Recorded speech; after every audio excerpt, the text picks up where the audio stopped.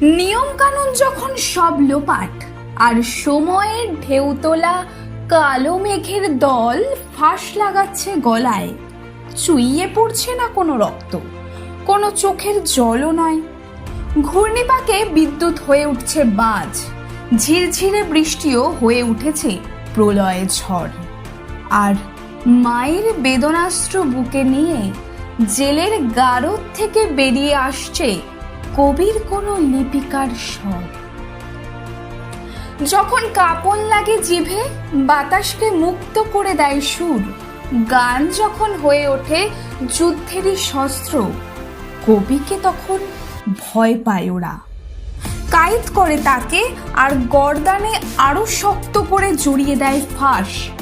কিন্তু তারই মাঝে কবিতার সুর নিয়ে শ্বাস ফেলেছেন জনতার মাঝে।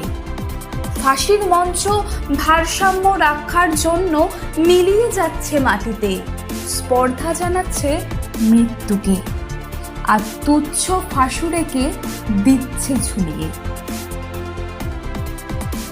কবি ভারভারাও রায়ের কবিতা চারণ কবি অনুবাদ করেছেন শঙ্খ ঘোষ।